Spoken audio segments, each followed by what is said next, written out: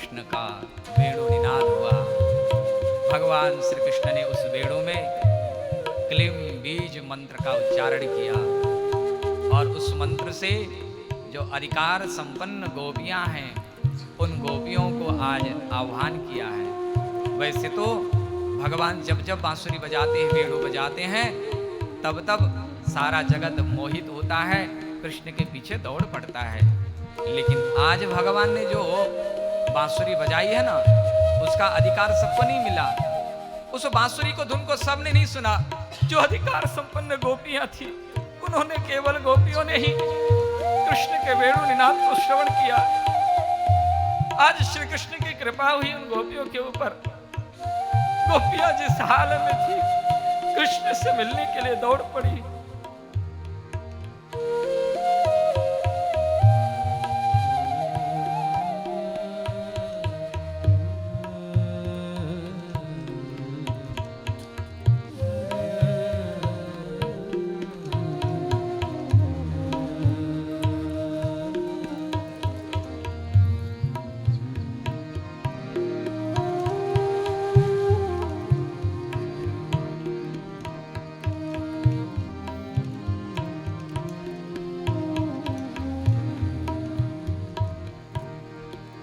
सुखदेव जी महाराज वर्णन करते हैं, निशम्य गीतम तदनंग वर्धनम ब्रजस्त्रियः कृष्ण गृहीत मानसा आज पुण्योन्यमलक्षितोद्यमाः सयत्र कांतो जबलोल कुंडला। मेरे श्याम सुंदर जहां बैठे हुए, जहां विराजे हैं, गोपियों का मन उधर ही आकृष्ट हुआ। गोपियां जिस हाल में थी, उसी हाल में ही संसार को छोड़ के भगवान श्री कृष्ण की शरण में दौड़ी है।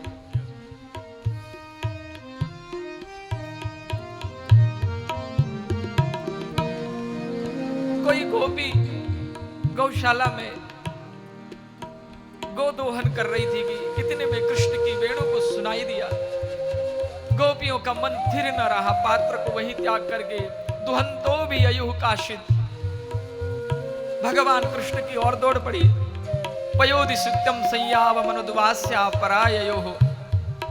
इतना ही नहीं, कोई सखी अपने पति की सेवा में है, इतने में कृष्ण की वंशी को सुना है, पति की सेवा का त्याग किया और उसी दिशा की ओर दौड़ी है जहां से कृष्ण की वेणु के रव को उन्होंने सुना है।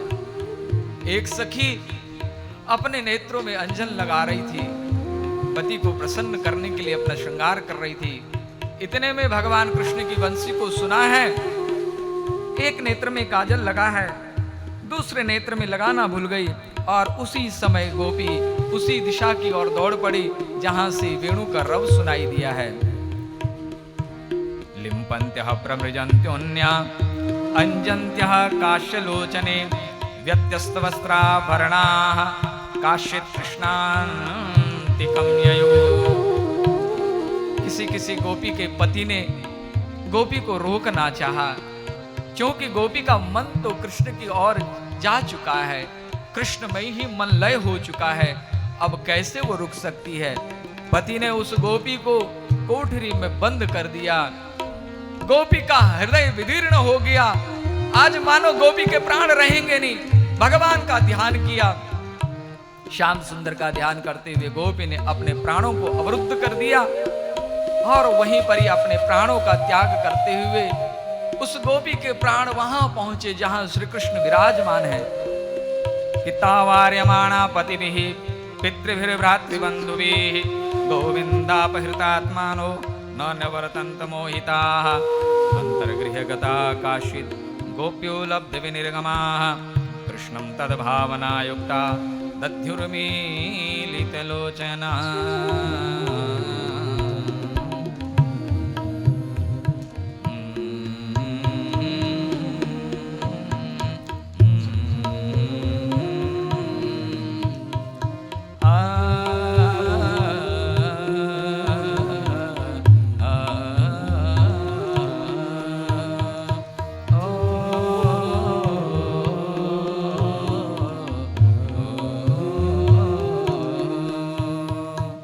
तमेव परमात्मानं जारबुद्ध्यापि संगताः जहुर गुणमयम देहम सद्य प्रक्षीण बंदना। उसी समय प्राणों का त्याग करके गोपी कृष्ण के नजदीक में पहुंची। भगवान श्री कृष्ण के नजदीक में सब गोपियां पहुंची, अधिकार संपन्न गोपियां। जीवात्मा जब परमात्मा के नजदीक पहुंचता है तो अधिकारी जीवात्मा को भगवान भी स्वागत करने के लिए बैठे हैं। भगवान श्री कृष्ण ने गोपियों का स्वागत किया। स्वागतम वो महाभागा प्रियम किम करवाणि वह ब्रजस्यानामयं कचिद ब्रूतागमन कारणम। हे सखियों, हे प्यारी, हे प्राण प्यारी, आपका स्वागत है इस वनराजी में। कहिए सब कुशल मंगल तो है ना? अर्धरात्रि में इस प्रकार अपने परिवार कुटुंब का त्याग करके तुम अबला नारियां इस प्रकार से इस रजनी में यहाँ तुम प्राप्त हुए हो, सब कुशल तो है? मुझे ऐसा लगता है कि कुशल मंगल नहीं है। घर में सब ठीक तो है? रजन्येषा घोर रूपा घोर सत्व निषेविता प्रतियात ब्रजम नेहस्ते अब श्रीवि सुमध्यमा।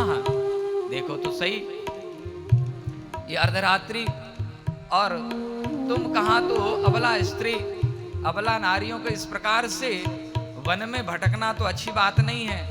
वो भी तुम्हारे संग में तुम्हारे पति देवता नहीं है, ना तुम्हारे सास ससुर है, ना तुम्हारा कोई भाई बंधु है, तुम अकेली वन में आई हो।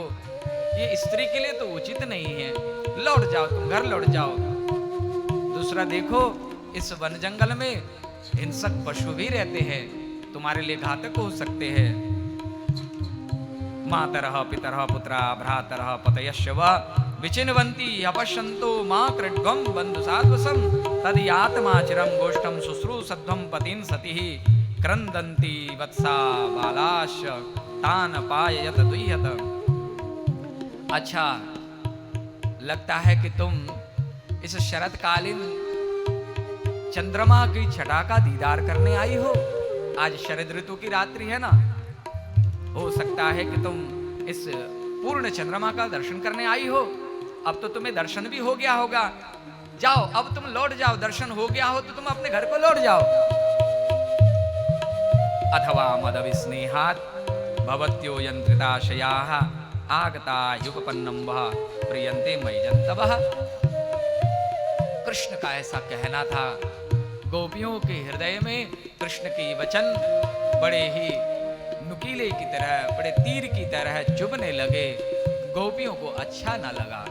क्यों? गोपियों ने विचार किया, हम अपने आप स्वतः तो इनके चरणों में नहीं आई, इन्होंने ही तो हमें निमंत्रण दिया। पहले वंशी बजा के हमको एक एक नाम ले ले करके बुलाया। क्योंकि कृष्ण ने जब आज वंशी बजाई है ना, तो उस वंशी में क्लीम बीज का जब मंत्र उच्चारण किया है ना, जिस गोपी को बुलाना चाहते हैं उस गोपी का नाम लेकर के बुलाया है। जिस गोपी ने उस बंसी को आज सुना है, अपना नाम सुना है, हे ललिते, हे विशाखा, हे चित्रा, हे तुंगा, मानो कि आज विशेष रूप से भगवान ने केवल मुझे ही बुलाया हो। इस प्रकार से गोपियां आई। गोपियां विचार करती है, देखो तो सही कितने निठुर हैं। एक तो हमें बुलाया है, न्योता दिया है, और घर में जब अतिथि आ गए, अतिथि का स्वागत भी किया। अतिथि प्रसन्न हो गए कि हमारा स्वागत हुआ, लेकिन स्वागत करते ही गृहपाल, वो घर का मालिक, ये पूछे कि कहिए कैसे आना हुआ, तो उस अतिथि के मन में क्या बीतेगी। न्योता मिलने के बाद आपने स्वयं न्योता दिया, तब हम आई, अपनी मर्जी से नहीं आए, और उसके बाद में आप हमसे ही पूछते हो कि क्यों आई हो, तो कैसा लगेगा, क्या उत्तर दें। तो गोपियां कुछ समझ नहीं पा रही है। गोपियों का मुख ऐसे नीचे लटक गया है दुख के कारण। भगवान श्री कृष्ण ने बड़ा समझाया कि स्त्री का धर्म है पति की सेवा करना। पति जैसा भी हो, दुश्शीलो, दुर्भगो, वृद्धो, जड़ो, रोग्य, धनो पिवा, पति स्त्री बिरना हातव्यो लोकेषु बिरपातकी। अगर वो पातकी न हो ऐसा पति, तो वो भले ही वो शारीरिक अस्वस्थ हो, धन का अभाव हो, किसी भी प्रकार के उसके जीवन में अभाव हो, फिर भी पति का त्याग एक स्त्री के लिए उचित नहीं है। स्त्री का तो धर्म ही है पति की सेवा करना। पति को परमेश्वर मान के उसकी सेवा की जाए। पातिव्रत धर्म का यहाँ भगवान ने संकेत दिया, उपदेश दिया। सुखदेव जी महाराज वर्णन करते हैं, इति विप्रियमाकर्ण्य गोप्यो गोविंद भाषितम विषण्णा भग्न संकल्पा चिंता मापुरुदुरत्यया। अपनी इच्छा को, अपने संकल्प को भग्न होता हुआ देख करके गोपियां दुख को प्राप्त हुई और गोपियां विलाप करती है। सब गोपियों का विरह एक ही है, सब गोपियों की मानसिकता एक ही है। गोपियां कहती हैं, मेवं विभोर्हति भवान गदितुं नृशंसं संत्यज्य सर्व विषयास्तव पादमूलम् भक्ता भजस्व दुरवग्रहमात्यजास्मान् देवो यथादि पुरुषो भजते मुमुक्षुम्।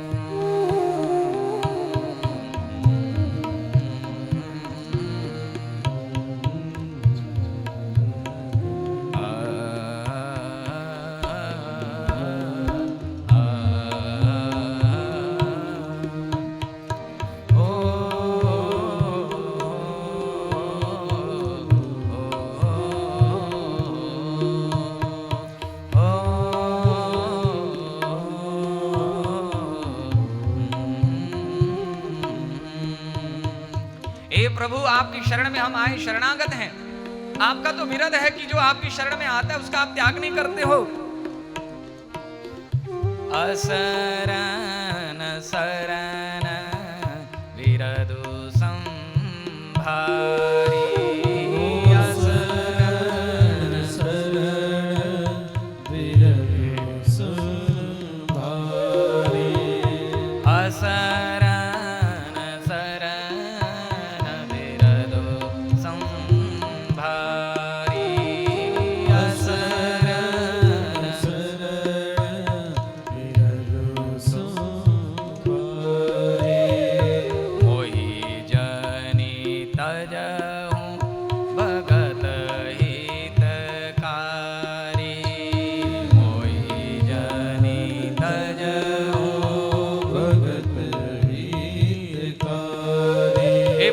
वचन है कि जो आपकी शरण में आता है, जो एक बार कह देता है कि प्रभु आप मेरे हो, आप उसका कभी भी त्याग नहीं करते हो। प्रभु हम तो आपकी शरणापन्न हैं, आपकी शरण में आई है, फिर हमारा त्याग क्यों कर रहे हो आप?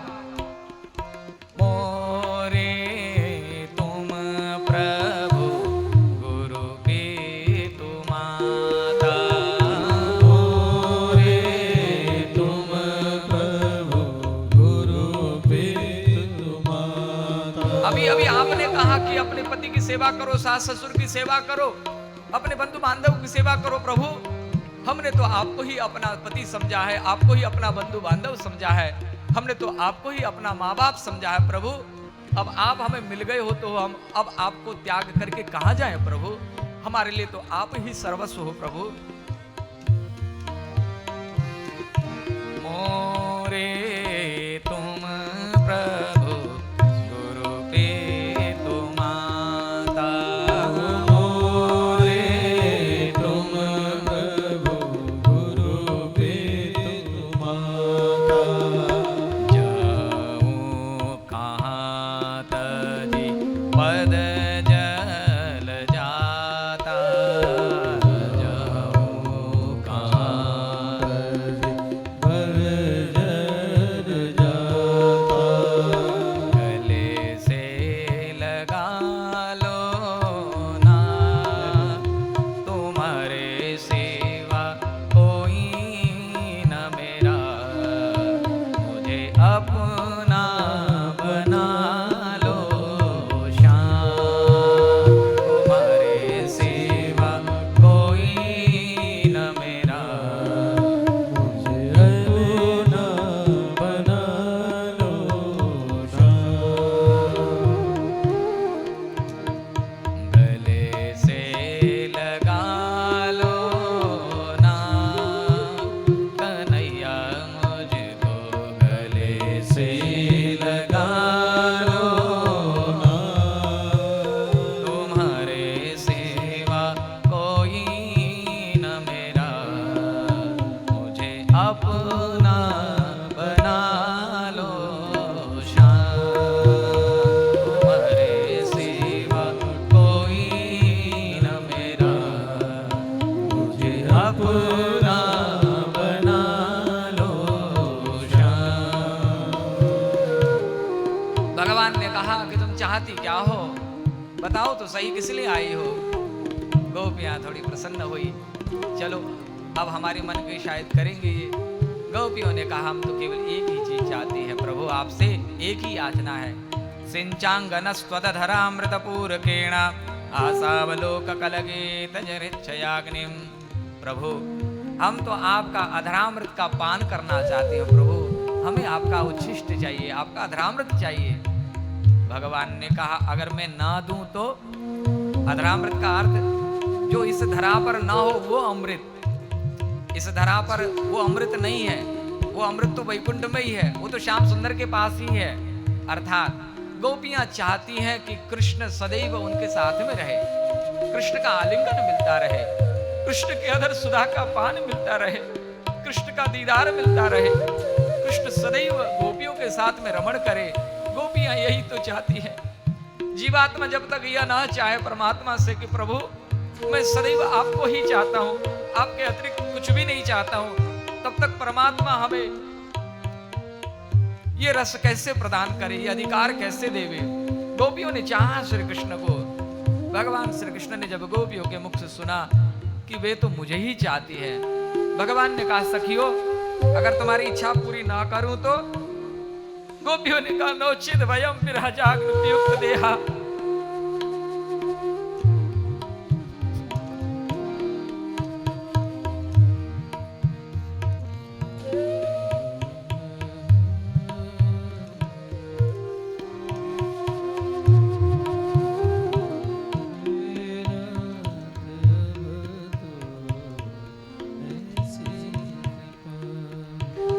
कहती है नोचिद वयम विरहजाग्नुपयुक्त देहा ध्यानेन याम पदयोः पदवीं सकेते। प्रभु यदि आपका दर्शन न मिले तो हम मर जाएंगे, आपके चरणों में अपने प्राणों को न्योछावर कर देंगे।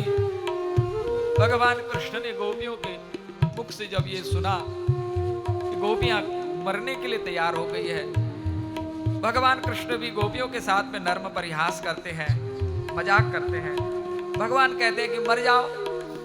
गोपियां कहती है ये काम भी तो हम नहीं कर सकती, हम चाह के भी नहीं मर सकती, तुम कहो कि मरो तब भी तो नहीं मर सकती, क्योंकि जीती भी तुम्हारे लिए है और मरती भी तुम्हारे लिए है।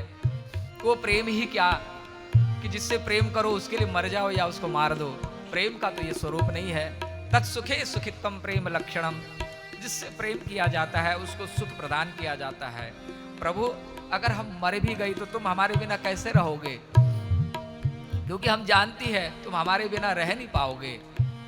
अगर हमारे बिना रहते तो फिर ब्रज में आते ही क्यों, तुम भी तो हमारे बिना नहीं रह पाते हो ना। दूसरी बात प्रभु अगर हम मर जाएं जगत क्या कहेगा, जगत तो तुम्हें ही कलंक देगा ना। गोपियों ने क्या चाहा था, केवल प्रेम दान ही तो चाहा था, इतना भी कन्हैया नहीं दे सका, इतना निष्ठुर। तो प्रभु हम मरने के बाद भी तुम्हें सुखी ही देखना चाहती है, इसलिए हम ऐसा कोई कर्म नहीं करना चाहते जिससे कि तुम्हें कलंक लगे प्रभु, इसलिए हम चाह के भी नहीं मर सकती। गोपियों की इतनी सुंदर बातें जब भगवान श्री कृष्ण ने सुनी, भगवान से रहा नहीं गया। भगवान ने कहा अच्छा ठीक है, अब मैं तुम्हारी इच्छा पूरी करता हूँ। भगवान ने उनकी इच्छा पूरी की। बाहु प्रसार परिरंभ कराल कोरु नीविस्तनाल भन नर्म नखाग्र पातै शैल्यावलोक हसतेर ब्रज सुंदरीणाम उत्तम भयन रतिपतिम रमयांचकार। गोपियों के साथ रमण करने लगे। सुखदेव जी महाराज वर्णन करते हैं रमण करते हुए गोपियों के मन में मान आया, सूक्ष्म मान आया। गोपियों ने विचार किया देखो तो सही, हमको कितना रुलाया, कितना तड़पाया, आखिर ये भी तो हमें चाहते ही थे, जब भी तो हमारे साथ रमण कर रहे हैं। गोपियों का ध्यान स्व की ओर गया, अपनी ओर गया, बस यही गोपियों से चूक हो गई। भगवान कहते हैं जब तुम मुझे चाहते हो तो केवल मुझे ही देखो, मेरे अतिरिक्त कुछ मत देखो। प्रेम के प्रारंभ में दो देह होते हैं। प्रेम की जब शुरुआत होती है तो दो देह होती है, और प्रेम की जो चरम सीमा होती है वहां जाकर के एक आत्मा हो जाती है। पहले दो देह दो आत्मा होती है, फिर प्रेम की चरम सीमा में पहुंच करके एक देह एक आत्मा बन जाती है। अर्थात जीवात्मा जब भगवान से प्रेम करे तो प्रारंभ में साधना के क्रम में द्वैत रहता है, लेकिन जब साधना के परिपक्व अवस्था में महाभाव को वो प्राप्त हो जाता है, जब भगवान की पराभक्ति प्राप्ति होती है, तो पराभक्ति में भक्त भगवान में ही लय हो जाता है, वो स्वयं भगवन्मय बन जाता है। आज गोपियां भी भगवान को प्राप्त कर चुकी हैं, लेकिन यहां एक भूल हो गई। जीवात्मा भजन करते करते अगर मन में मान आ जाए, वहां भेद, अगर कोई भेद की रेखा आ जाए, तो भगवान वहां से दूर हो जाते हैं। अर्थात भगवान इतने कोमल हैं, भगवान कभी नहीं चाहते कि इसका ध्यान मुझसे अलग जाए। अर्थात भगवान ये नहीं चाहते कि भगवान से, अर्थात मुझसे इसका ध्यान हटके कहीं और जाए। जब कहीं और ध्यान लगता है तो भगवान को गुस्सा आता है, तो भगवान वहां से गायब हो गए, अंतर्हित हो गए, तिरोहित हो गए। अब जैसे ही भगवान तिरोहित हुए तो गोपियां ऐसे विलाप करने लगी जैसे किसी वणिक का धन खो गया। जैसे जब धन सहज मिल जाता है तो धन का इतना महात्म्य नहीं होता है, धन की, उस प्रॉपर्टी की, उस धन की कोई वैल्यू नहीं होती है। लेकिन वो एक बार नष्ट हो जाए, कोई नुकसान हो जाए, उसके बाद बड़े यत्न से, बड़ी परिश्रम से उसको पाया जाए तो उसका बड़ा महात्म्य होता है। इसलिए जो बड़े मेहनत से धन कमाते हैं ना, वो खर्चा करते समय बहुत सोच विचार करके खर्चा करते हैं। जहां 10 रुपया लगना हो कोशिश करेंगे वहां 5 रुपए में काम बन जाए। लेकिन जिनको धन ऐसे ही मिल गया हो, वो उसका कोई महत्व नहीं समझते हैं। वो कहते हैं कोई बात नहीं, 5 रुपए लग रहे हैं, चलो 6 रुपए ले लो, पर काम अच्छा करो। तो यहां भी ठीक ऐसा ही हुआ, गोपियों को सहज कृष्ण मिल गए, लेकिन आज जैसे गोपियों के बीच से भगवान कृष्ण अंतर्हित हुए, गोपियां अब समझ गई भूल पर पश्चाताप हुआ। गोपियां विलाप करते हुए वन वन में कृष्ण को ढूंढती हैं और गोपियां पुकार करती हैं कि हा नाथ रमण प्रेष्ठ क्वासी क्वासी महाभुज दास्यामे कृपणायामे सखे दर्शय सन्निधि। भगवान कृष्ण को गोपियां पुकार रही हैं, हे नाथ, हे रमण, हे प्रियतम, तुम कहां छुप गए प्रभु, आओ हमें दर्शन दो प्रभु, क्योंकि हम तो तुम्हारी है ना।